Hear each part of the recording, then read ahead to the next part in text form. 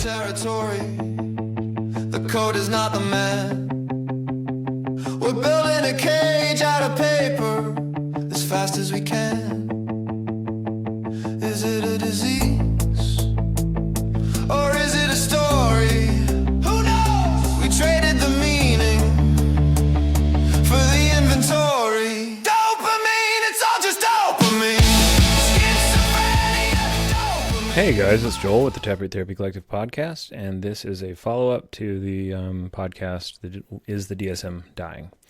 A lot of people ask a lot of questions that were good questions and wanted kind of a deeper dive into that, so a little bit of a retread, but also a different way of looking at the thing. So let's go ahead and get started.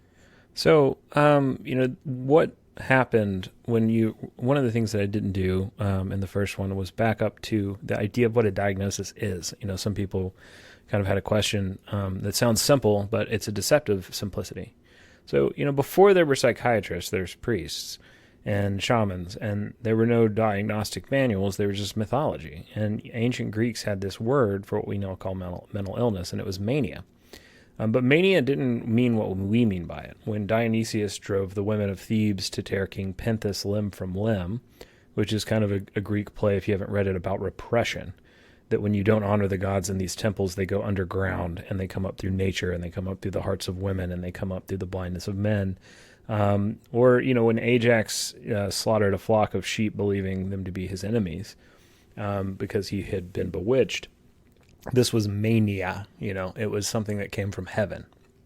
When the oracle at Delphi spoke in tongues and she was possessed by Apollo, that was this kind of divine madness. And so there was this truth in madness. They understood this unconscious was this thing underneath the world that could drive you mad, but also was sort of the source of life. There's that ability to hold that tension in Greek mythology. But this is, alien, of course, to any modern sensibility. Half of you guys listening are probably like, what the hell is that?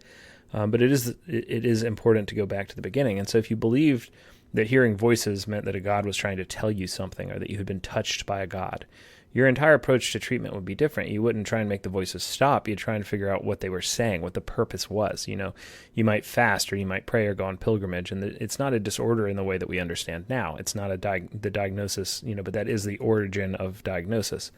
And, around the 5th century BC, you see something shift. There's these Hippocratic physicians all of a sudden, the founders of Western medicine, and they start arguing that madness is not divine, it's just natural.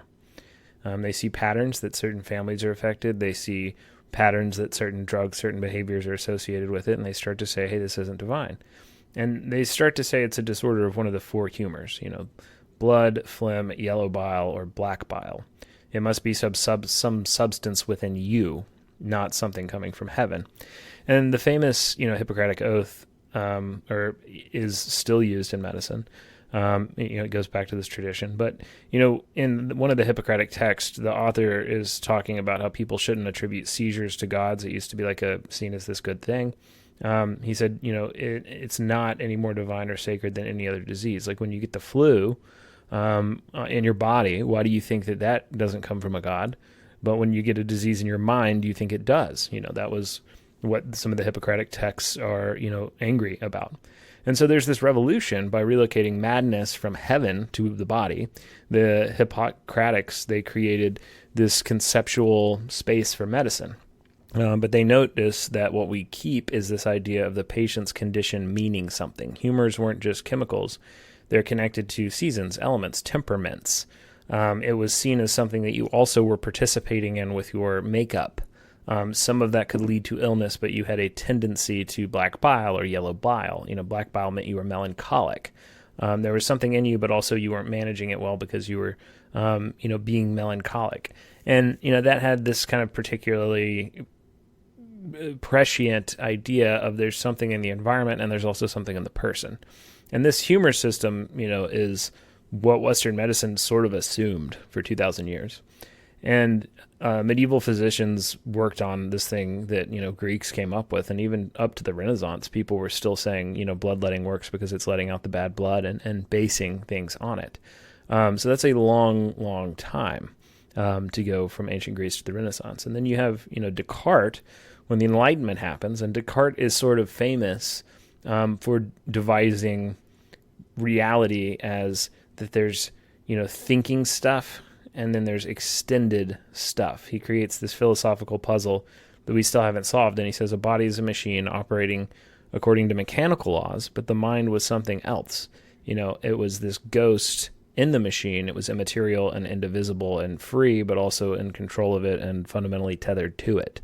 So this dualism made science possible because he declared that the body was pure mechanism, and it gave Descartes permission to dissect, measure, and experiment on it without worrying about the soul. But it created this massive problem for psychiatry, because if the mind is immaterial, how can it be sick? If mental illness is real, where is it located?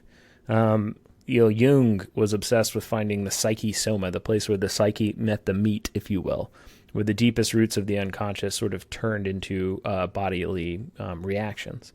And the 19th century tried these different answers. Phrenologists thought that mental faculties were located in specific brain regions, and you could feel them through the skull. So somebody had bad character if their skull bulged out here, good character if it dented in here. A lot of that was just sort of saying that people that are attractive traditionally tend to be better, mental. A lot of phrenology just says if you're hot, you're healthy, basically. And so asylum doctors looked for brain lesions. In deceased patients, maybe there's a wound, but it's on the mind. And then the results were kind of disappointing. You couldn't quite cut somebody open and find what had made them mentally ill while they were alive. So many conditions that looked like diseases, such as melancholia and hysteria, neurasthenia, they seem to have no physical basis at all. And so this is this kind of secret that still haunts psychiatry. And the modern psychiatric diagnosis was essentially invented by one man, and that's Kraepelin. Emil Kraepelin is a German psychiatrist working in the late 19th century, early 20th century. And Kraepelin's intervention was that he stopped trying to find the cause of the mental illness, and he focused instead on the course. What's it going to do? He realized that when you get bipolar, you're not just going to go do one thing like the flu is going to make you do. It's going to have a prognosis, like a course of progression and then decline or stagnation or whatever it does, and that we should start thinking of this as a process. So he spent decades observing patients in asylums, tracking symptoms, and he noticed that certain clusters of symptoms tended to hang together and then follow these predictable trajectories. So some patients got sick young, and they deteriorated steadily and then never recovered. Others had episodes of illness followed by periods of relative health. And from these observations, Kraepelin carved out two categories that still structure psychiatry today. Dementia praecox, which is what Jung and Freud and early psychoanalysts would have called schizophrenia, which basically means, hallucination and split from reality. And then manic depressive illness, which was later split into bipolar disorder and major depression. And his methods were not purely descriptive. He didn't claim to know what caused it. He just was charting kind of what it was doing. He stopped trying to find a location for it, a substance or a wound that was happening. He just said, hey, look, when we see this symptom, we know that later it's going to be accompanied by all these other symptoms because that's what everyone else did, and so we can prepare for them. So before Spitzer, that we talked about in the first one, you have, Freud, and whatever else you want to say about Freud, he understood something that the DSM now, the modern DSM, has forgotten. Symptoms are not just problems to be eliminated, they're solutions to deeper problems that mean something. So Freud's great insight that has been validated over years by trauma research is that even the specific theories of everything going back to a sexual root because of sexual selection, being a driver of evolution, that doesn't mean that it's the determinism of everything in psychology like Freud thought. We've discarded that. But that psychological symptoms often they represent a return of experience that couldn't be processed when they occurred, which is what we call trauma now. You couldn't feel it because it was overwhelming, and so you shut down and it got stored and stagnated, and now it's still interrupting your present, this past event. That would be like hysterical paralysis, something that they would diagnose you with back then. That you had been paralyzed in your hysteria then, and that was making you tend towards hysteria now in the present. So here's something that should be a scandal, but somehow it's not. The DSM didn't really come from hospitals or research universities at all. That wasn't its origin. It emerged from the U.S. Army needing to process soldiers during World War II. It was a processing tool. The military had millions of young men that were being drafted, and a significant percentage of them were cracking under the stress of combat. And so the Army needed to figure out who was fit for duty, who should be discharged, and who was entitled to a pension, who deserved it. who fought well, but then the war had actually wounded them, versus somebody who came in and they just were mentally ill, and then they went to war and they got discharged because they were mentally ill, but they always were. You have to screen people before if you want to prove that it's the war that actually hurt them. So they needed codes, and they couldn't afford 500 psychiatrists that are writing these long essays about soldiers' childhood and making an individual determination. And so the solution was this technical medical bulletin number 203, issued by the War Department in 1943, and this document created this standardized nomenclature for psychiatric conditions, the first time that American psychiatry had anything like a common language. And after the war, the Veterans Administration adopted it, and when the American Psychiatric Association decided to create a unified diagnostic manual in 1952, they just copied the medical document 203, and then they made small modifications. So that's the origin story of the DSM-1. So it's not a hospital or laboratory. It's a military bureaucracy that is doing logistics. And Theodore Porter, the philosopher I talk about, he's a historian of science, and he wrote Trust in Numbers. He'll come up a couple times, but this kind of proves his central thesis to most of his stuff, which is mechanical objectivity, rigid rules, checklists, standardized codes. Those are used by not the strongest scientists, but the weakest ones who need to defend themselves against other bureaucrats. People who are doing hard science tend not to like those. So Porter argues that we reach for numbers and rigid rules, bureaucracy, essentially, when we don't trust the people doing the work. So a village doctor who has to know his patient for 30 years doesn't need a checklist. He needs his judgment, his intuition, his relationship, and we trust him because we know him. But the Army couldn't just trust thousands of random psychiatrists drafted from all over the country. Some might be incompetent, some might be too soft, giving out discharges to anybody, some might be too harsh. The Army needed a system that would produce the same result regardless of who was using it. They needed to police the doctors, not diagnose the patient. So this is what the checklist accomplishes. It removes judgment from the equation, or that's been the ideal for 30 years that we still have failed to get. If the patient meets criteria A, B, and C, then they have the disorder, regardless of however the doctor feels. And the DSM is not a tool for understanding patients. It is a tool for standardizing the behavior of clinicians. So Porter puts it this way: quantification is a technology of distance. This is a phrase he says a whole lot. And it allows a general or a bureaucrat to manage thousands of people that they'll never meet. And it makes the messy, subjective world suffering, of human suffering, compatible with the rigid, objective machinery of the state. Porter looks at basically bureaucracy as being a result of empire. When you have more territory than one person can manage, when the king can't just say, hey, go to the North Wall and tell the guards to do this, and then somebody does, when you have to have satraps or generals or commandants or like whoever doing these territories, and you don't trust them about how much taxes are coming in, so they have to keep these records, and then multiple people have to keep the records, and the records have to agree, and something has to detect. If 5 people said that this much tax was recorded, but one guy said there wasn't, maybe he's stealing. Empire in the ancient world is when you get bureaucracy. And it's also the origin of writing itself, because the origin of writing itself wasn't to write a book. The origin of writing was people making little marks in mud tablets to keep track of how much they had bought and sold at a market. It was trade. And so, if you read the DSM-1 with fresh eyes, you'll notice something uncomfortable. It's just completely saturated with assumptions of mid-century American empire. Homosexuality is seen as sociopathic. Women are seen as hysterical. It has a lot of implicit racial assumptions that are pretty bad. And this is what I mean, when I say that it's imperial. It's written by a small group of white men who took their worldview as the default human condition. So they were healthy and everybody else was weird or mentally ill. And they built a system for categorizing from a norm that was never examined because it didn't need to be. It just was how things are, us. We are order, everything else is chaos. And if we look inside the closed doors of the committees for DSM-1 and 2, the vibe wasn't military processing at all. It was this gentleman's club. The controversies inside those rooms weren't about data or NDAs like they are now. They were just these intellectual brawls between conflicting philosophies because some people were Jungian, some were Adlerian, some were Freudian, some were Neo-Freudians. And they thought that the origin and etiology of mental illness was different. So they had to find the places where they all agreed. In a subjective way. They had to convince each other in a debate.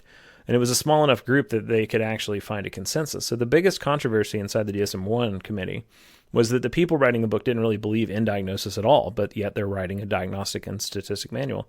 The main figure with the one is Adolf Meyer, and he was seen as the dean of American psychiatry at the time. He hated labels. He believed every patient was a unique biopsychosocial story. And on one side, you had, the Census Bureau who wanted these distinct boxes, schizophrenia, manic depressive, to count people. And it was the job of psychiatry to give them an inventory of what type of mental illness, how much, where, all the stuff that the census wants. And on the other side, you had the, Meyerians, Adolf Meyer's people, who are arguing that putting a label on a patient was an insult to their complexity. And they did not want to complete the assignment they had been given, but they felt like if it was done by someone else, it would be done worse. So the committee solved this by adding the word reaction to everything that psychiatrists were saying. So you didn't have schizophrenia as a disease, you had it as a reaction. It was a temporary response. It might go away. Some people become psychotic and then it leaves. And so this was this philosophical coup where it codified everything, saying that mental illness was not inside the brain, but it was a reaction to the world. And so it was sort of this victory of, the system or the environment over biology, just the individual biology of the person causing everything. But there was also this power play. The chair of the DSM-1 committee wasn't a doctor. He was a brigadier general. And he had run psychiatry for the U.S. Army during World War II and developed Medical 203, the manual. He made it. So that really is the DSM, before it's called that, 0.5, it's the beta version. And for the civilian academics, these East Coast elites resented the military encroaching on their turf. They viewed the military system as too crude. But, Menninger won because he had the prestige of the war victory. And the DSM-1 is largely just this copy and paste of the Army's Medical 203 with reaction added to all the diagnoses. So it didn't change that much. The first version was really the second version. When we get to the second version, the DSM-2, that's 1968, and they're fighting this new war, which is globalism. Europe has their own thing. The World Health Organization is using the ICD-8 because they're also needing data to try and figure out who needs what where and what problems are happening and what problems are going away. And they were kind of telling Americans, stop using all this weird Freudian language, align with the rest of the world. Just say they have anxiety or depression. And inside this committee, stop saying neurosis. What does that mean? Does that mean they're anxious or does that mean they're depressed? What does neurotic mean? And so these internationalists, they wanted to adopt the European ICD system, not system, but the terms. They wanted to take ICD terms, join with the rest of the world. Everyone's roughly on the same page. American psychiatry can still do its own thing. And it was a lot more biological, though, because it was made from the World Health Organization basically to study outbreaks, to study pathology of viruses and things like that. And so the American Freudians refused to give up neurosis and hysteria. They really liked it. And they argued that the European psychiatry was superficial. It just wasn't going as deep because it wasn't approaching the unconscious mind, which I don't think was true of European psychiatry, but it was definitely true of the ICD-8 because the ICD-8 was just trying to come up with a whole list of bad stuff that can happen to health in your country and then let you have a list of it, which is probably a bad manual to adopt for psychiatry. So the committee spent months arguing over the word hysteria, and the Europeans had banned it. They called it antiquated, and the Americans insisted on keeping it. So they decided to keep hysterical neurosis in the two. And to appease the American analysts, making the U.S. look kind of scientifically backward to Europe, they keep this, but Europe judges us, and there's kind of a split. And the biggest difference between these committees and the later ones was this complete lack of data. They didn't run trials. They sent out letters to prominent psychiatrists asking, what do you think? For the DSM-2, they surveyed 12,000 psychiatrists, and only 10% wrote back. And the committee shrugged and was like, okay, we'll write what we think's best, and everyone who wrote back will read what they wrote, and we'll try and include it. And this cemented this idea that the DSM was just opinions of a few old men in a room. And there's no real mechanism to challenge them because they claimed authority based on prestige, that they were very rich and powerful doctors who headed prestigious universities or had prestigious practices, or both. And in the 1960s, everything was sort of coming into question, all American institutions. Thomas Zaz publishes The Myth of Mental Illness in 1961, and he just says it's a categorical error. The mind's not an organ. It can't be sick the way the liver is sick. What we call mental illness is really just moral, social, and personal conflicts, and we've just medicalized them because we don't want to deal with the fact that our society is actually the sick one. And that becomes, from Zaz, this idea that defines American psychology and charges up people like Lang and Rosenhan that we talked about before. So, Rosenhan we talked about in the first episode, and he's the one who got his psych patients, or so he says, or not psych patients, he got his graduate assistants, and he said, we're all going to go in, 12 of us, and we're going to say that we heard somebody say empty, hollow thud that wasn't there. And then otherwise, we're going to act totally sane. And we're going to watch how they think that we have schizophrenia, that we're crazy, and then start to record how everything that we were doing in the hospital was actually a result of our mental illness based on the way that they are choosing to categorize us, and that the categories really control us and others' perceptions. They don't actually help us get to the truth of anything. So Rosenhan publishes that paper, and it's this kind of a scandal. And there's more to it. We already covered it in the first part. One of the things that I didn't say is that most people now think that Rosenhan probably made up large parts of that experiment. They found one graduate student who said that he went into the hospital and it really wasn't that bad and he had a good time. And he's the only one that they ever found. All the other students that Rosenhan worked with never said, I was one of those people. Also, they got Rosenhan's actual medical records out of the hospital. And from those medical records, he said that he was suicidal and several things that would warrant an ER admission, even today.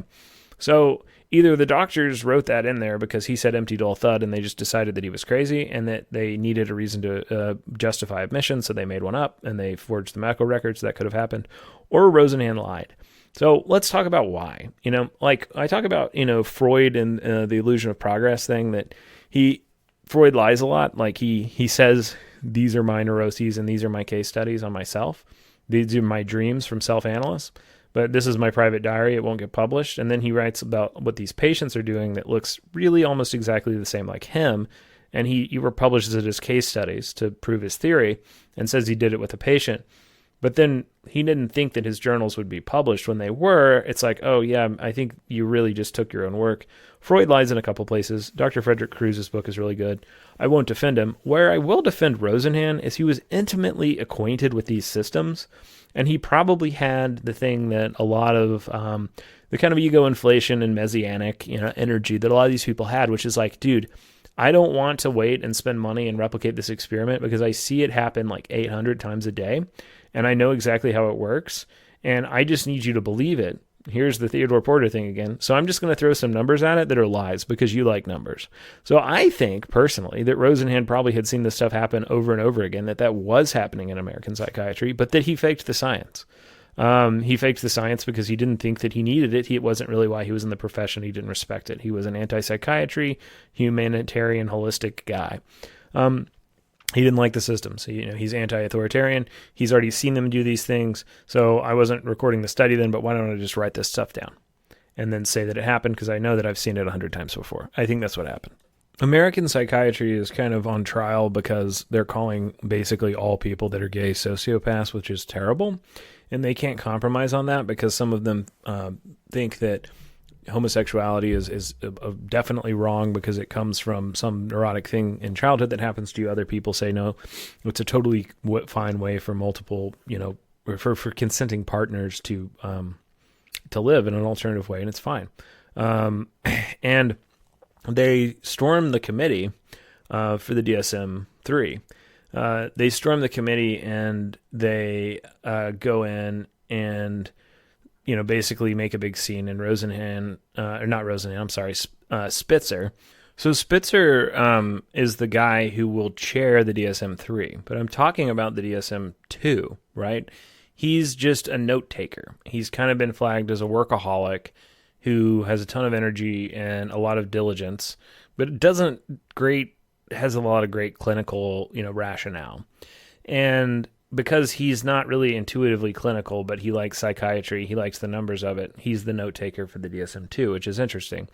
But he's the guy who stands up while the anti-psychiatry movement and the gay rights movement, early, they didn't call it at that time, it was Meyer, which there's an article on my blog. Meyer's the psychiatrist who went and testified wearing a mask, basically, because he said, I am a gay psychiatrist. I am an effective person. I'm a rich person. I'm one of you, but I'm going to wear this mask and I'm going to use a voice changer to testify because I don't want American psychiatry to know who I am yet. I'm going to go in anonymously. And later, it comes out that it was Meyer, but during this movement, these people staged this protest at the DSM-2, and Spitzer's the one who stands up and brokers a compromise. He has this idea to remove homosexuality from the DSM. The APA votes, and they choose that instead of calling it a sociopathy disorder, basically categorizing it as that, they call it sexual deviation. That it's this thing that is deviating from the norm, but it's not deviant.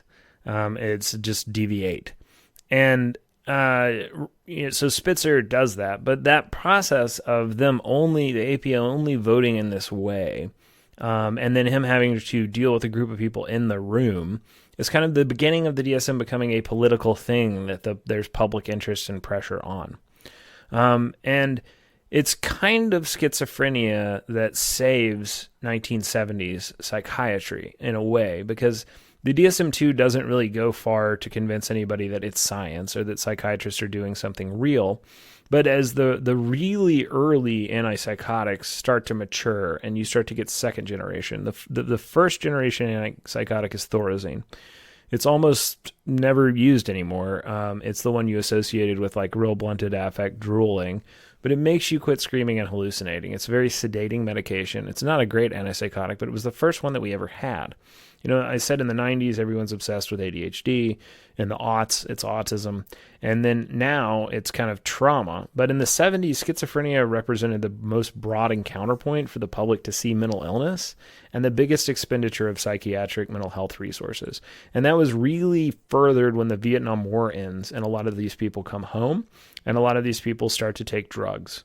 And not everyone taking drugs is in the military, but a lot of people with PTSD in the military do. So, you know, and there was this idea that like really it wasn't the drugs that created it wasn't the mental illness. The drugs didn't create the mental illness. Like you weren't just getting addicted to this addictive substance. It was that only the mentally ill would do drugs. So if you saw somebody who's ranting and raving and doing drugs, they probably were just, you know, sick before, and that's why this happened.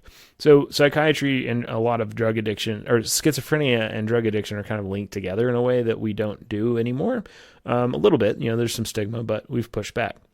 You know, so Thorazine comes out in the 50s, but it takes a while for the implications of it to sink in and for it to kind of come out of the asylum into mainstream healthcare to a thing that doctors, who aren't just keeping people that they're going to keep for realistically most of their life, are prescribing. And so psychiatrists could now do something that it feels like magic. You know, there's all of this research in the 60s, mainly, you know, by the VA about talk therapy and psychoanalysis for schizophrenia. Can it change somebody who is psychotic? Can you give them this route? There's all these theories of schizophrenia that comes from trauma and certain things in childhood. Can you go back and psychoanalyze those things and then cure the schizophrenia? And it turns out that you can. It's a largely endogenous illness, and insight doesn't really help you reduce the symptoms. It may help you relate to the symptoms. It may help you manage them, but it doesn't really make them go away. Whereas, 10 years of psychoanalysis don't work. Now we have a medication, and the medication just works.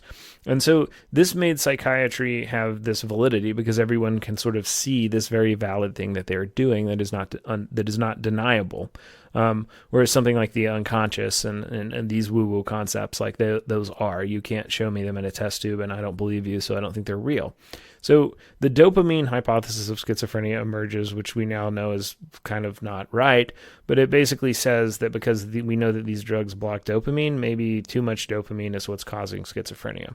And that's an operating assumption until about the 90s when it starts to get discredited and you get theories like the indirect pathway dysregulation and sensory gating theories and other theories.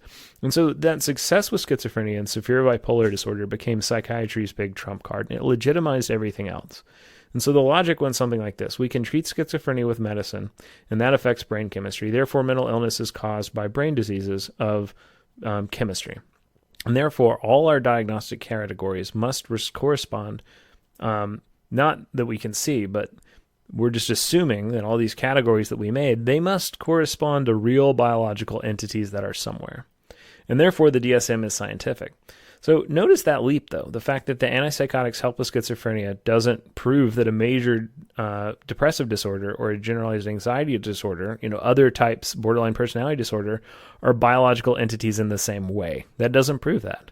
Just because you made up one category and that category is affected by medication does not mean that every single other category has this biological root in the way that they were thinking.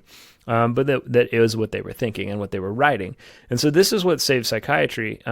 It wasn't just the checklist of the DSM-3.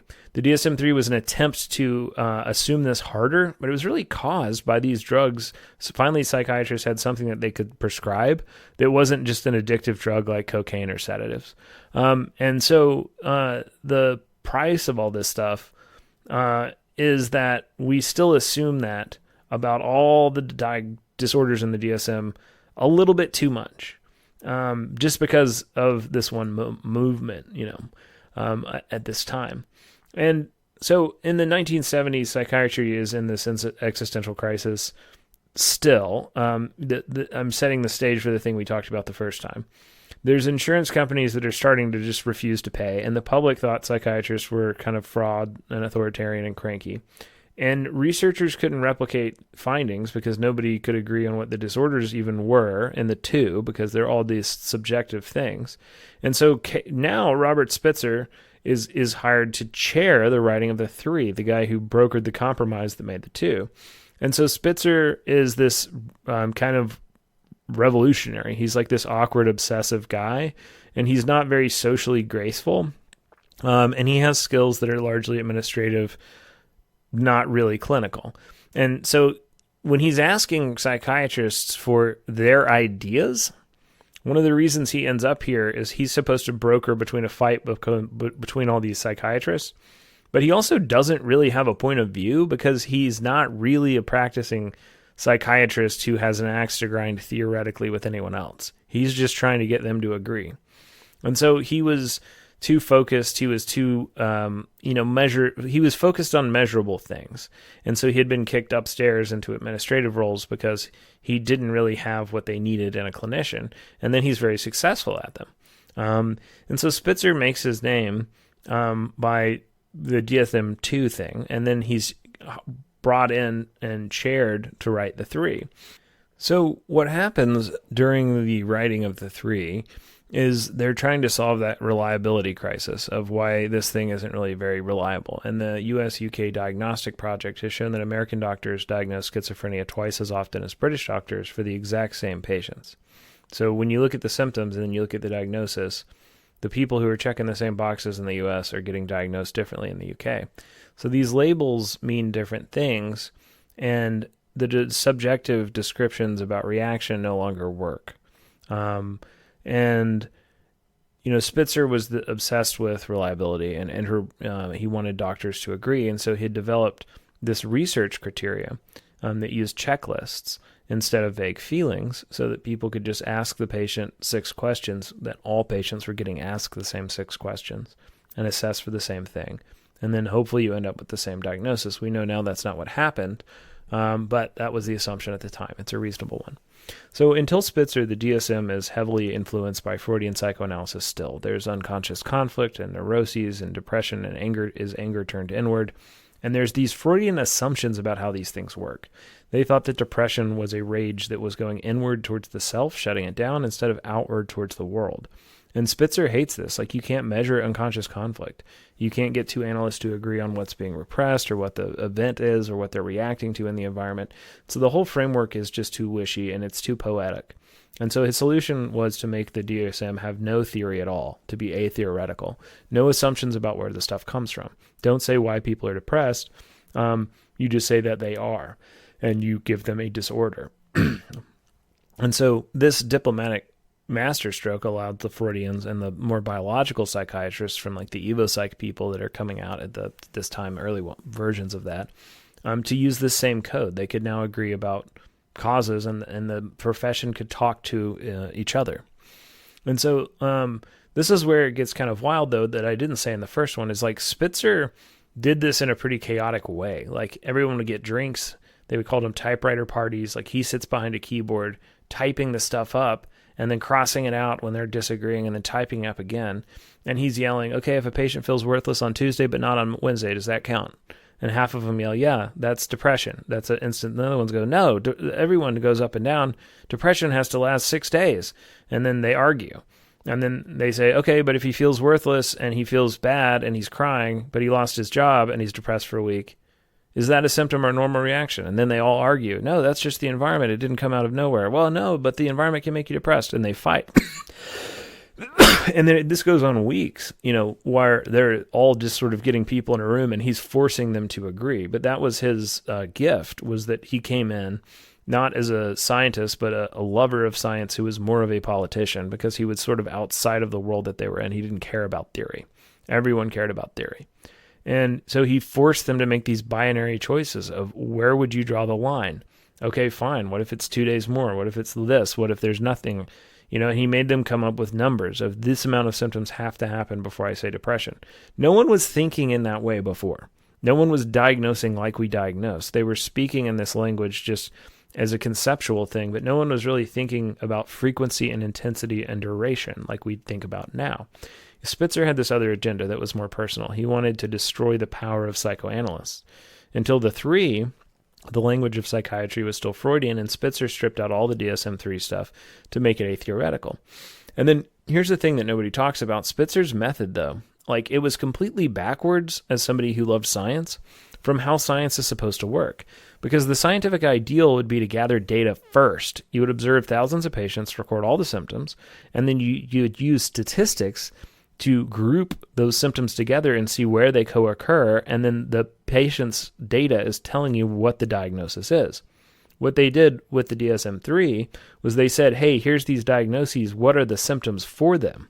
So maybe you'd discover, if you did the data that way, well, everyone who calls depression, who says they're depressed or who's been called depressed, it's actually 3 different conditions that need different names, because these people are anxious, these people it's a life event, but they didn't do that. They said, hey, depression exists. We know that. That's self-evident. So what are the symptoms of it? Well, if somebody loses their job, I call them depressed. No, that's environment. Do you see what I'm saying? Is that if you looked at the data directly, it would have given diagnoses to you, but they didn't start with symptoms. They started with diagnoses that had just already been around and then assumed these things must have symptoms because we've been talking about them. So we have a different perspective looking at this history than these guys would have thought. So, this approach has a name, though. It's called the approach that I'm describing of looking at the symptoms and then letting them tell you what the diagnoses are. That's literally what factor analysis is. That's what the high-top model does for mental health today. And if Spitzer had done it that way, the DSM would look totally different. You could never have said, hey, when you come in, what are the biggest symptoms that your patients have? Okay, here's 50 symptoms. Well, which are the ones that you see in, what are the ones that you see in this guy who has no eating, he doesn't eat. What are other symptoms you see at the same time with him? Oh, he also doesn't sleep. Okay, well, how many of you guys have somebody who doesn't eat and doesn't sleep? Yeah, we all have one. I mean, sometimes somebody doesn't eat, but it's for this reason, but most of the time they don't eat and they have that symptom. Okay, when somebody doesn't eat and they don't sleep, what other of these symptoms do they have? Well, they're sad, and they also, some of these people, they have a negative life event, and then they don't eat and they don't sleep, and they're sad for a week. But then other of these people, there's no reason for it at all, and they don't eat and they don't sleep, and they're sad, and it comes out of the blue when something's going well, and then it doesn't go away ever. Okay, well, it looks like, temporary life event depression is different fundamentally from just an endogenous genetic deep brain depression that's now we have 2 diagnoses. If you do it that way, the brain will tell you what the diagnoses are. The data will. And dopamine disorders, they would look completely different. You would, under high top, they would say, okay, it looks like you're prone to psychosis. You're having these symptoms, just like the original people were doing in the hospitals. And because you have these symptoms, we think this is probably going to happen. You're probably going through the prodromal phase of schizophrenia or bipolar or something. or early phase of bipolar. Bipolar doesn't have a prodromal phase. But, the walls between schizophrenia, bipolar disorder, manic depressive, like even OCD, they would have been more squishy. They would have had more overlap if you'd done it that way. Because dopamine disorders share a lot of features now. So Spitzer didn't do it that way, but why? Because that establishment already existed. You couldn't come in and tell these people the language that you've talked in for 50 years, don't talk in it anymore, because it's wrong. Depression doesn't exist, anxiety doesn't exist, neurosis doesn't exist, schizophrenia doesn't exist. So let's figure out every single disorder that exists, and then we'll publish a book and tell all the psychiatrists in the world. They build their careers around those categories. Their books were called blankety blank of neurosis, depression and anxiety because of blah, blah, blah, blah. Or what is schizophrenia? Their whole, you couldn't tell them that those words don't exist anymore, because to them, those words were real, even though the data didn't support those words. So he worked backwards. He started with the diagnosis, and then he built the symptom clusters around them. And so if he'd done it the right way, starting with symptoms and then letting them cluster naturally, the political complications would have been enormous. Imagine a room full of psychiatrists with a patient asking, what would you diagnose this person's with? And then if they agreed, and they inevitably would, it would expose the unreliability of the whole system. It would be this other Rosenhan experiment, showing that doctors couldn't agree on how these symptoms were supposed to be clustered together, which would have been more of an insult. But if you instead asked for patients you have already diagnosed with depression, what symptoms do you see, then you could get agreement, because you could get them to decide how long, how much, how deep, and what does depression look like. But the doctors weren't being tested, they were being consulted, and their expertise was being respected, not challenged. And this is why typewriter parties worked. One psychiatrist would say, depression lasts for 2 weeks. And another might say, no, it could just be dysregulation. It has to be 4. And Spitzer would sit down and he'd make them compromise. And he literally would lock the door and say, you're not getting out of here until y'all tell me how long this is. I don't know. I don't do it. You tell me. And then these guys had to fight and go, okay, fine, 3 weeks, and then leave. And this was politics. Again, it wasn't science. But it produced reliability in that they agreed with each other when they wrote the book, but not necessarily reliability when you use the book outside the room. And so here's the crucial point. Checklists aren't inherently bad. They can be a scientifically valid tool, but they have to work forward, not backward. A forward checklist starts with observations. You observe hundreds of thousands of patients. You record every symptom you see. You use statistics to find patterns, which symptoms tend to appear together, which predict certain outcomes, which respond to certain treatments. And then you define your categories based on what you find. But a backwards checklist starts with the categories you already believe in, and then it defines them however you can get people to agree. And this is what Spitzer did. That's not discovery. That's just codification of existing prejudice. You're just taking your bias and then saying, what can we do to the data to kind of assume that what we're thinking is already right? And so when Spitzer was having his typewriter parties, there's this quieter revolution happening in the basement of American medicine. And the revolution wasn't about philosophy or diagnosis, it was about money. Unlike the DSM, which was public and controversial, this revolution happened in a room that nobody knew existed. It's called the RUC, or the AMA Specialty Society Relative Value Scale Update Committee. But because relative value scale is one word, they say RUC, or Relative Update Committee is the acronym. I don't know. If you've never heard of it, that's by design. It's a private committee and it's run by the AMA. And it essentially tells the federal government how much Medicaid should pay for every medical procedure. And because the private insurance companies must universally follow Medicaid's lead and Medicare's lead, this committee effectively sets the price for healthcare in America. If therapists did that, it would be illegal. But the RUC is just advising. They're not a cartel getting all the doctors together. They're just getting the doctors to kind of say what they think it should be, and Medicaid's going to accept that 90% of the time. So the RUC is exempt from laws that would normally prevent you from doing that. You can't really do that in any other kind of profession. Like if you sell bread and then you go to all the other bakers and you say, we're charging $2 for bread, but we're the only people who sell it in Birmingham, so why don't we charge $50 for bread? The Sherman Trust Act could be used against you. You could be accused of operating a cartel. The way that the RUC advises, it's not really part of it. It's just all the doctors getting together and then telling Medicaid, this is what we think, and then Medicaid doing it 90% of the time, and then insurance making that mandatory. But that's a thing that is popping up that is related to the way that the DSM is used and why it gets to be viewed as a Bible and not really what it was intended as, which was just sort of trying to consolidate all of the statistics around diagnosis that everybody was doing so that we sort of know what's changing and what's not. And so, the RUC is dominated by these specialists. And so their bias is structural and it's overwhelming. They value doing things to people, cutting them, scanning them, injecting them. A lot of times that has all this equipment that there's this huge cost associated with, diamond knives and lasers and, x-rays.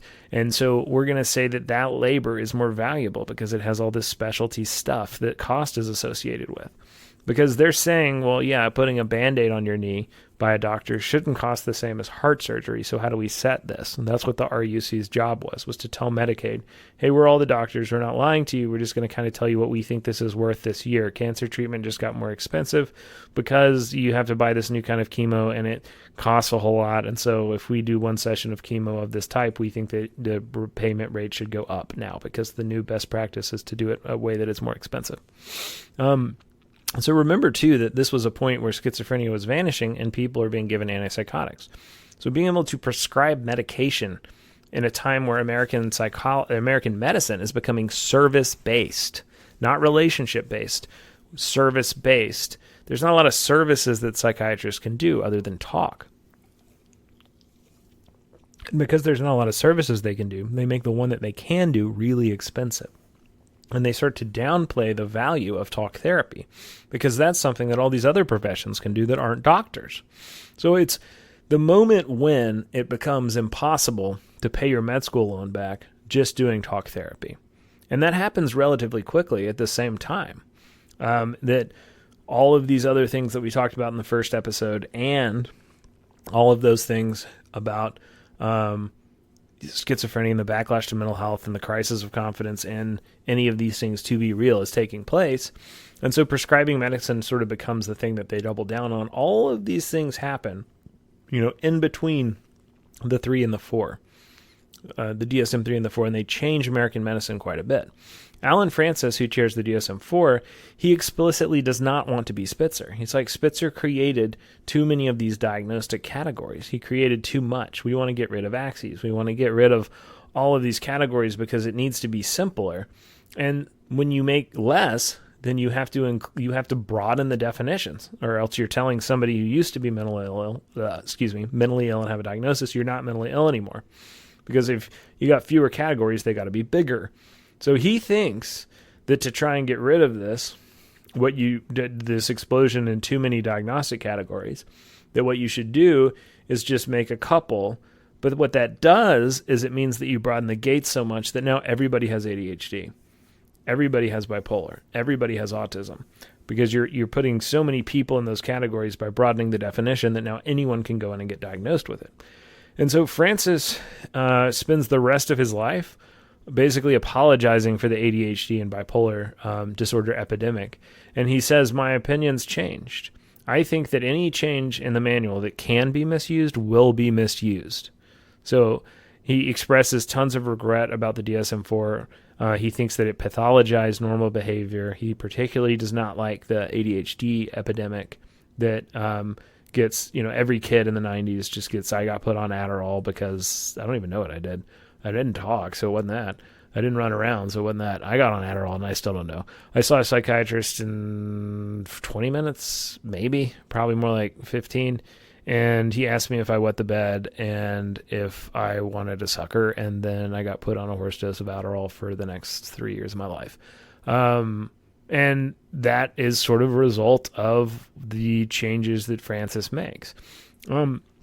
So, the Asperger's diagnosis in the DSM-4 expands autism more to say people who have social impairment, not, direct functional impairment, now can be considered kind of autistic, but it still keeps those pretty separate. Like you either have Asperger's or you have autism, which seems silly because there's it's a spectrum. And so you have to realize that, one, the society's ability to recognize these things trickles out of this book. So when you hear people say something like, oh, well, everybody has autism now, so there must be poison in the water or whatever. Well, there probably is poison in your water, but you have to look at the change in the DSM-3, which said 1 in basically 2,500 people had autism, to the 1980s, where you're saying 1 in 36 people are on the autism spectrum somewhere. And that's a huge change. So yes, a lot more people are autistic or diagnosed as autistic, but it's not because all of a sudden people start getting more autistic really quickly. It's because the diagnosis changed. For some reason, whenever people are pointing out autism rates, I'm not talking about researchers, I'm talking about social media, they forget that the 3 and the 4 were different books, and the 4TR was a different book. And so that's why this fight is sort of happening now around the 5, even with autism, where you have people that are like, we should look at this STAR model where it's not a spectrum left-right, it's a spectrum like, where is the impairment? Is it in interpersonal functioning? Is it in special interest? Is it in the ability to read emotions? Is it the ability to regulate sensory things?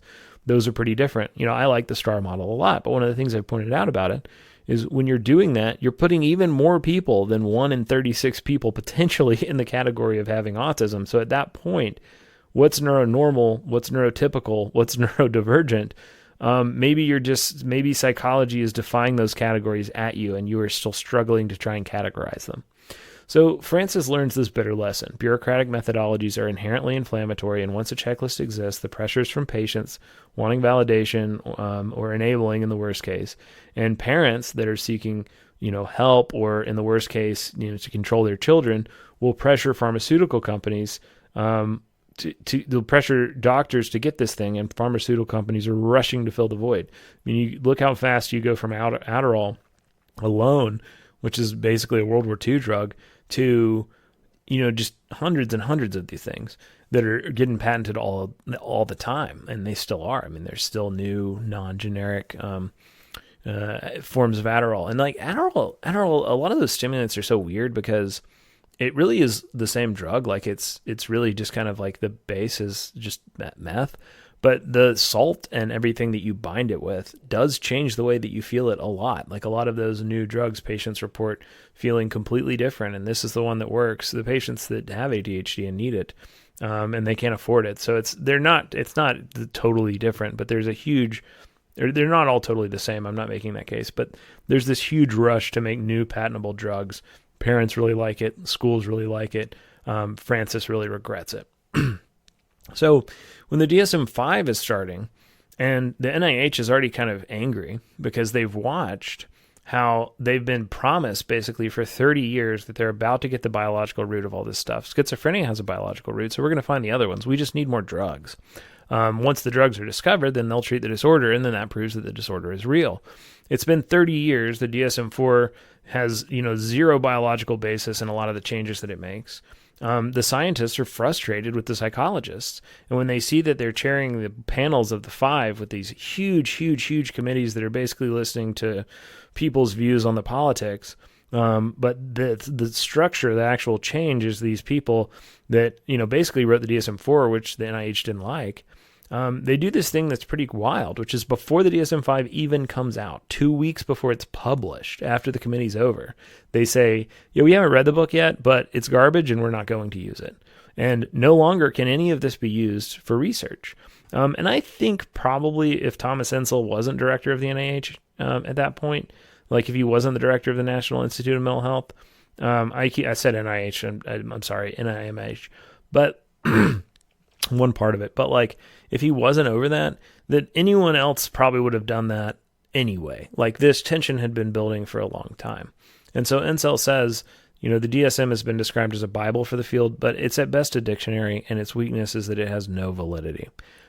This was extraordinary. The federal government is saying all of American healthcare funding, because most of that comes from DARPA and from the government, is no longer ever going to use these. And it should have been bigger news, because for 3 decades, the NIMH had forced researchers to use these DSM categories. If you wanted to grant a study on depression, or if you wanted to get a grant and study depression, you had to study DSM depression. Patients who met the specific checklist criteria. But if you wanted to study schizophrenia, you had to study DSM schizophrenia. And Ensel realized that this was sabotaging research, and he called it a bucket of sludge. He said that you were just throwing these things into these buckets, but the buckets didn't really tell you anything. They were useless. If you're trying to cure a fever and you gather 1,000 patients who all have elevated body temperature, some of them have the flu, some have cancer, some have heat stroke, some have autoimmune disorders, some have, just a fever from a cold.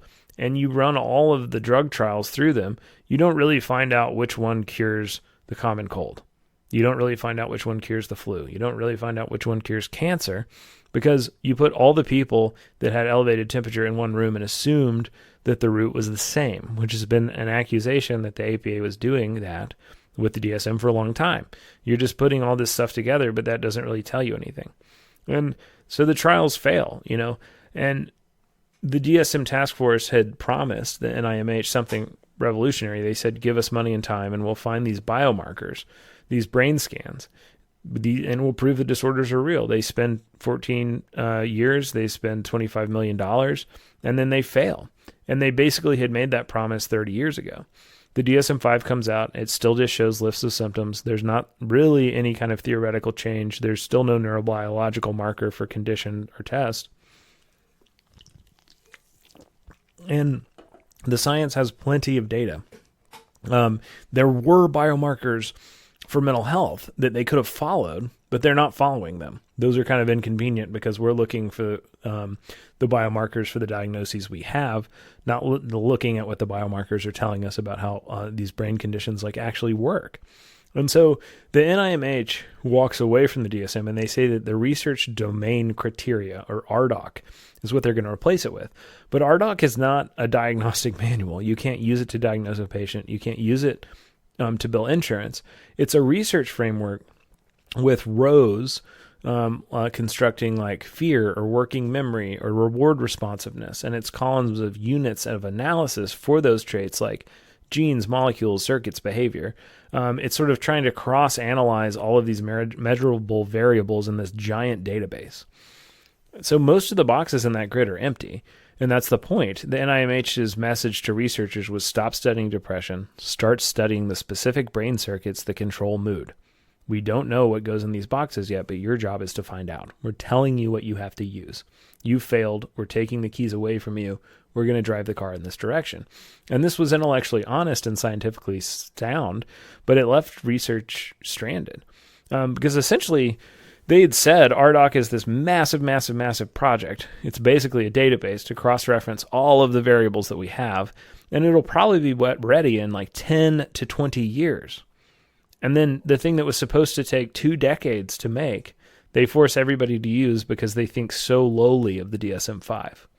And it's worth noting that, the NIMH itself said that RDoC wasn't ready. They said that it wasn't good to go. So you're probably wondering, I mentioned High Top before, that does the thing that Robert Spitzer should have done if it wasn't for all the politics. There's High Top, and it clusters everything around P factors and G factors. It looks for, it basically, without re-explaining High Top, it looks for, comorbidity like a puzzle, and it finds, where symptoms are actually clustering. So why didn't the NIMH and Thomas Insel, why didn't he say, I'm going to use High Top instead of RDoC? RDoC's not going to be ready for 20 years. It's not designed to do this anyway. High Top is. You don't like the direction the DSM is going. High Top gives you all of the empirically derived data that you need. It's already being seen in psych research for certain things as this gold standard, so why not use that? It solves your comorbidity problem. It maps better onto what we already know about genes and circuits, and how they're basically competing networks, not like one thing that you can find like a brain tumor and cut out and then your depression is cured. But High Top still has the same fundamental flaw as the DSM. It's based on symptoms, and it tells you which symptoms cluster together, but it doesn't tell you why. It doesn't give you biomarkers. It's still looking at how people feel and not what's in their brain. And so I don't really like what the NIMH does.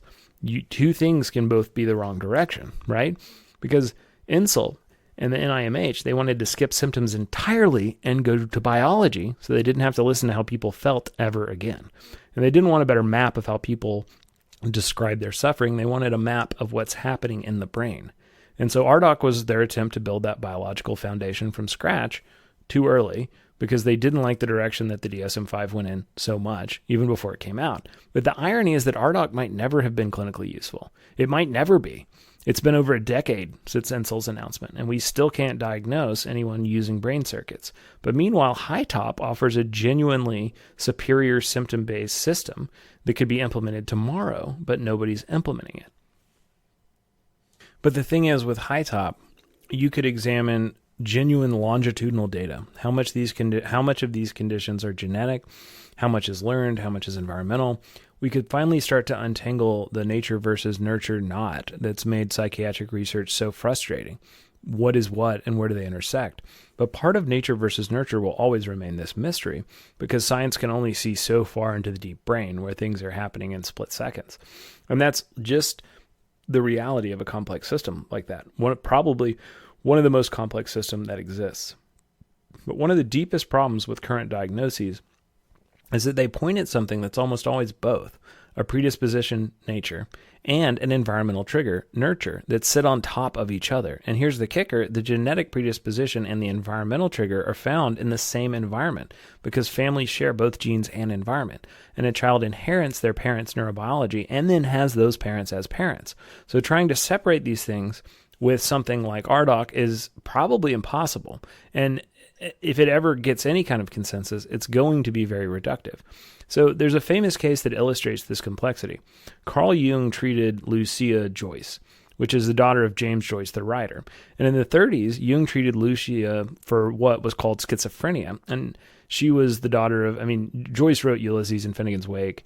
He was one of the biggest writers in the world, and he was this modernist that was throwing everything out and going into these kind of wild landscapes that classical literature didn't do, and that were very modern and chaotic, and explorations of stream of consciousness and dream logic, linguistic fragmentation. And Jung saw, the genes in Joyce, but that he could go to this place and he could return, but that the daughter couldn't. She was just drowning. And Joyce, could access the unconscious voluntarily for his art, and then he could return. But Lucia was pulled into this involuntary place that she couldn't find her way back to reality from. And this image of a diver versus the drowning person became one of the most powerful ways that Jungian conceptualization entered non-Jungian audiences, because Joseph Campbell, at the same time, the mythographer, is writing about schizophrenia and mythology and the unconscious and their effect on our life. This is this unseen world that's affecting this. It's the way we tell stories. It's the way we make meaning. It's the keys to our soul. And so Jung's interpretation was that Joyce, as this untethered modernist and bohemian, had never taught his daughter how to handle the unconscious. And so Joyce retreated into those depths of the unconscious on a whim for his work, but he had the capacity to return, and his daughter lacked that capacity.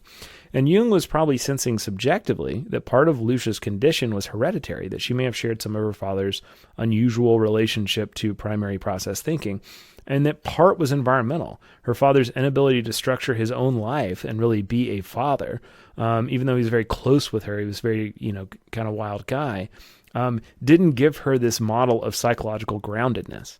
And so he blamed Joyce, Jung did, and said, the unlived life of the parent is the biggest force in the child's life. All this stuff that you haven't reckoned with in your old life as a father is now eating your child. Now, we know now the genetic genes there. Some of this maybe would have happened. Jung is feeling it. Some of it probably comes from James Joyce's inability to be a father that can provide order and be what this kid needs. Some of it, is a genetic capacity that is just endogenous to Lucia and Joyce's genes, and they're manifesting in Lucia in this way where she's going to have schizophrenia anyway. But that's the kind of area where HiTop could help. If we had dimensional data based on psychosis proneness across generations correlated with family environments and parenting styles and creative professions and substance use, we could start to make their finer judgments about these correlations. We could bring science to the questions that analysis could only address through intuition, and we could understand when the artistic temperament is a gift and when it becomes a vulnerability, and what the environmental factors are that tip the balance, if any. And Theodore Porter, one of the things he says is that sciences that are softer, like economics, they use numbers more because they're insecure. Psychiatrists don't have the same authority as a heart surgeon at justifying why they made a decision that they made. And so from the beginning, the profession has been looked down upon by these real doctors. So when you lack authority, you reach for mechanical objectivity, and you create checklists and codes and rigorous seeming procedures, not because they reveal truth, but because they protect you from criticism. If someone challenges your diagnosis, you can point to the checklist. I didn't make this up. I followed the criteria. The DSM is a technology of self-defense, low trust, as Porter would say. And, that genealogy of authority he talks about. He says when institutions lack confidence in their own foundation, theoretically, they try and ground themselves in something that's beyond question. Churches trace their authority to divine revelation. Royal families construct genealogies linking them to mythical ancestors. Saddam Hussein famously fabricated this lineage to the Prophet Muhammad that it was impossible, and to ancient Babylonian kings from, Proto-Persia. And psychiatry does the same thing. It has to ground its authority in science, in biology, in neuroscience, in genetics. And it imports the prestige of the hard sciences to cover for its own uncertainty. And the checklists are dressed up as operationalized criteria. The symptoms are counted as scientific measurement, and the whole apparatus is designed to look more like a hard science than it really is. I think probably the failure of the DSM-3, 4, and 5 are proof that we're never really going to build this objective model that makes all the people disagree unless we change the language quite a bit. But Nietzsche had that insight that the claim to authority often reveals this depth of insecurity. And the more desperately you insist that your knowledge is objective and scientific, the more that you are really revealing that it's not. A secure discipline doesn't need to constantly prove itself. An insecure one is always generating data, publishing studies, adding more criteria to the checklist, checking its assumptions, having bigger fights, trying to prove that this time it's really, truly science is what we've been doing in psychology for a really long time. And I think one of the reasons why that is that there is this underlying insecurity because we're talking about emotion. So we have to retreat into logic and then pretend that we arrived at it purely by logic. But what really happens is that you're just hiding your own blind spots, your own emotional and subjective assumptions from yourself when you pretend that you're beating this purely objective thing. And here's the deeper issue that neither the DSM nor its critics want to face. You have to start somewhere. Science rests on assumptions that can't be proven within the science itself. Physics assumes that the universe is regular and comprehensible, and biology assumes that living things can be explained mechanistically, and psychology has to assume something about what minds are, what self is, how they work, what health means. And I think that it has to assume that these things are back and forth between a biology and an environment, and that you're always imperfectly measuring how much is what. A little bit more than we do now. The DSM's problem is not that it makes assumptions, it's that it pretends not to. By claiming to be atheoretical, by refusing to say why symptoms cluster the way they do, the manual hides its own assumptions and the way that it got to them instead of examining them. So what are those hidden assumptions? That mental disorders are discrete categories rather than continuous dimensions. That's probably wrong.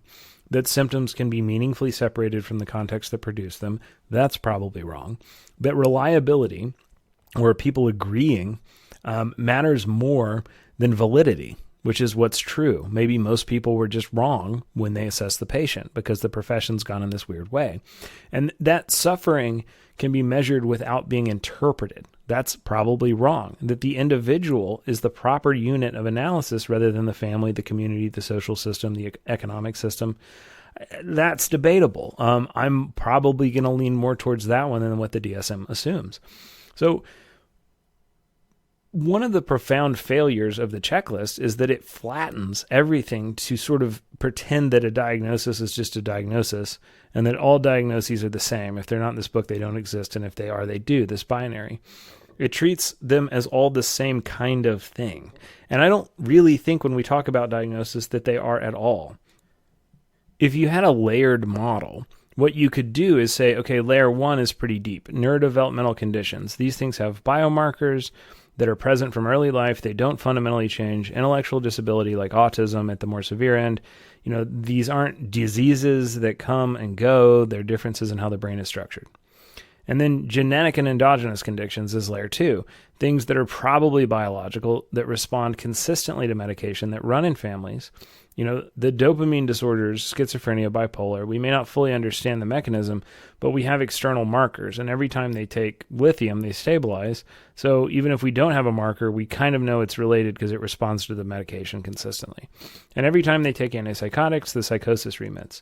Something biological is happening.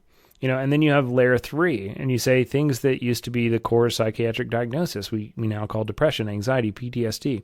Here's the system is out of whack. Maybe medication helps, but probably changing perception or the environment through talk therapy is the most indicated thing. It's not schizophrenia, it's depression. Like maybe an antidepressant helps, but you also probably have to restructure your thinking in order to stay better. Maybe it's trauma, maybe it's genetic vulnerability, maybe it's both. The key insight is that these conditions often respond to non-biological treatment. So therapy works for them. Sometimes it works better than medication. The disorder isn't a brain disease. It's a pattern of dysregulation that can be changed. Layer 4, characterological. Things that aren't primarily symptom-based, but are about the person's pattern of living. Personality disorders, avoidance, rigidity, places where people deflect from change or they avoid big parts of life.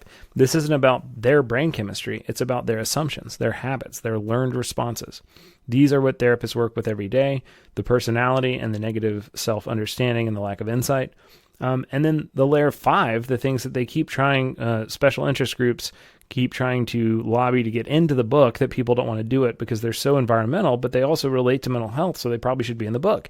Things like enmeshed family systems, parental alienation, effects of racism, poverty, discrimination. The DSM doesn't want to turn those things into a pathology because they're so environmental, but those environmental variables probably should be relevant to discussing like the first 4 layers. So an advantage of that layer system, you can go through and decide what the best treatment is a little bit quicker. And also let's ask the question what mental health even is. Let's define that one before we start trying to figure out how to do it. Let's decide what it is.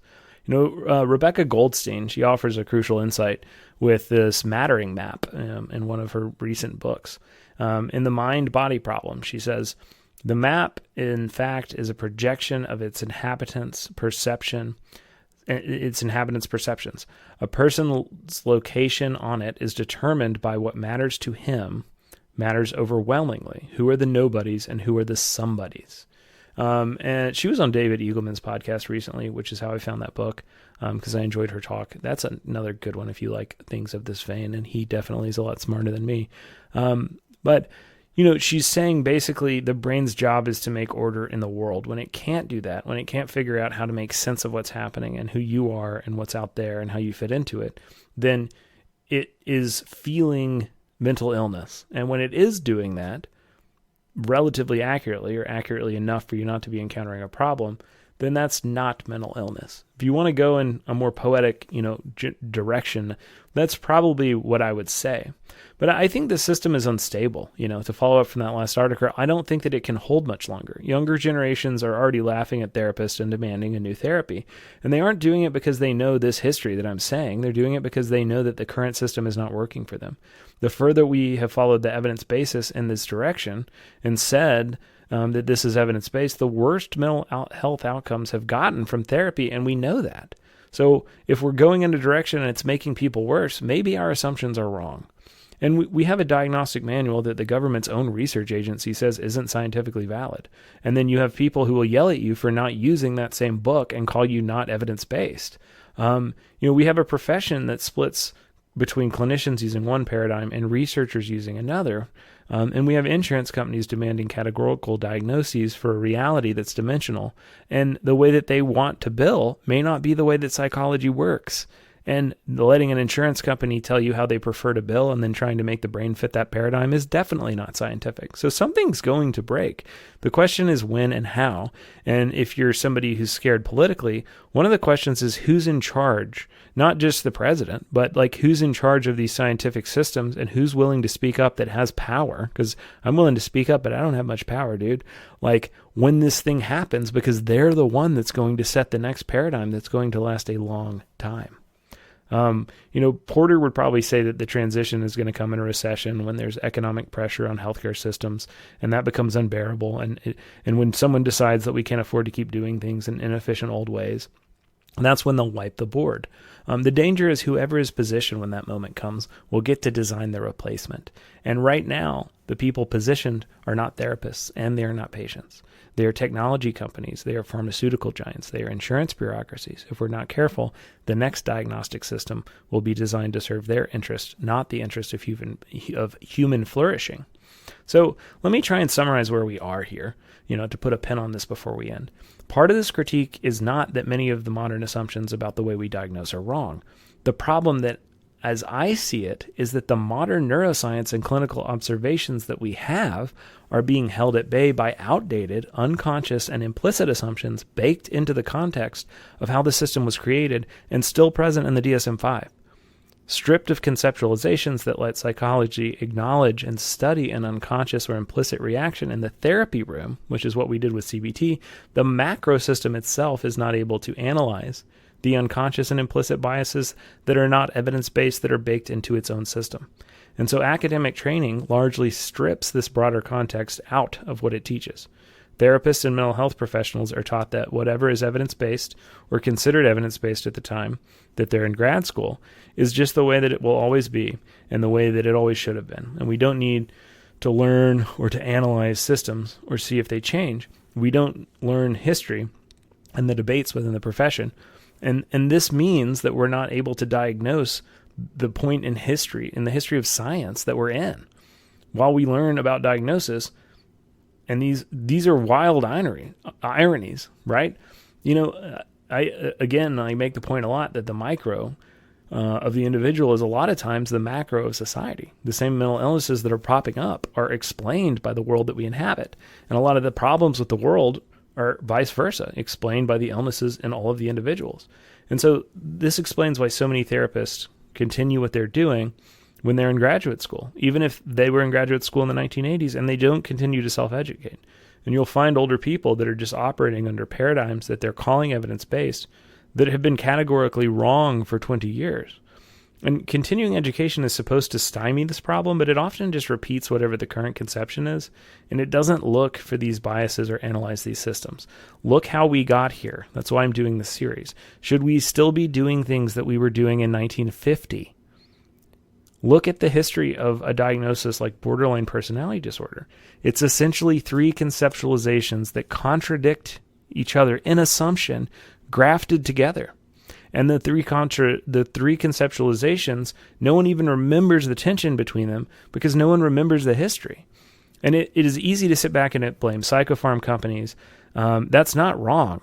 Major psychopharmaceutical companies have admitted at board meetings by this point that they would rather treat to treat, not treat to cure, because cures are not profitable. The profit motive in healthcare is definitely an incentive structure that should be kept at bay with regulation because it is not in and of itself scientific, and in many places it's at odds with science. However, these arguments do not go to the root of the system, and they fail to understand it. In my experience, it's not just these granted, nefarious forces that cause the problem in the modern DSM. The real root of this problem is the academic insecurity of professionals. Like Theodore Porter and Nietzsche are diagnosing, academics are taught to defend systems. Research psychologists live solely within those systems. And when we put garbage into these systems, we get garbage out. Even looking at the same data the wrong way can lead you to the wrong story. And the psychiatry and the psychological establishment need to back up and admit that they don't know everything because we don't know everything yet. We need to adjust our assumptions to fit the data, not the data to fit our assumptions, and we need to do that yesterday. How little the public pays attention to these things is part of the reason why we're in the state we're in. It should have been national news that you had the largest scientific body saying that the DSM no longer was scientific. In my experience, not even therapists know about that. 2013 is when the DSM-5 came out. It's been seen as not having evidence by the biggest research institution in the country for more than 10 years, and most people have no clue. The DSM was never really even designed to try and describe nature. It was a set of assumptions that people in the military made about what was normal, and too much of that is still there. It was a set of administrative protocols, adapted by bureaucracy, defended by a profession fighting for legitimacy, and captured by industries seeking profit, and then it achieved reliability by sacrificing validity. It made doctors agree on labels while ignoring the question of whether the labels meant anything. And the NIMH and RDoC is an honest acknowledgement that all the labels don't work for science. But it's also a retreat into pure materialism. What RDoC is a decision to study the machine while ignoring the ghost. It has no place for meaning, for narrative, for the human experience of suffering. It's for neuroscientists. It's useless for therapists. And so we're left with a split. The DSM is a map of human stories that has no biological grounding. RDoC is a biological map that has no human story. Neither one can guide treatment. What would a synthesis look like? Maybe something like the layered model that I sketched. Different frameworks for different kinds of problems with the biological at the bottom and the psychological in the middle and the systemic on the top, like the biopsychosocial model of social work. Maybe something that starts from a definition of health, like Goldstein's ability to matter, rather than a cataloging pathology. Checklists could work in the synthesis, but they'd have to work forward, not backward. They'd have to start with observations and let categories emerge rather than starting with categories and then forcing observations to fit in them. And they'd have to be tools for organizing knowledge, not substitutes for it. Nietzsche would say, admit your assumptions. You cannot create a completely logical system as an emotional being that does not know its own blind spots. Stop pretending the DSM fell from evidence-based practice heaven. It was a product of history and the blind spots of history and the systems and bureaucracies of history that still run our world. If you don't see it as such, you're being ascientific. You're being a child. You're incapable of handling the uncertainty that it takes to be an adult. Stop acting like the categories are carved in nature. Say, this is how we currently think the brain operates, and then be willing to make an assumption that you can't have numbers and biology for yet. Science isn't a story we tell once and then we repeat forever. It's a process of telling better and better stories, of revising our maps when they stop matching the territory. And the DSM has become a story that cannot be revised. A sacred text defended by institutions whose survival depends on it to be true. The story will change. It always does. It is changing.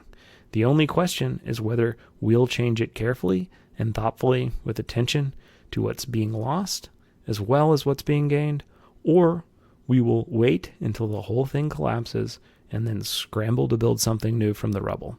I hope it's the former. I fear it'll be the later.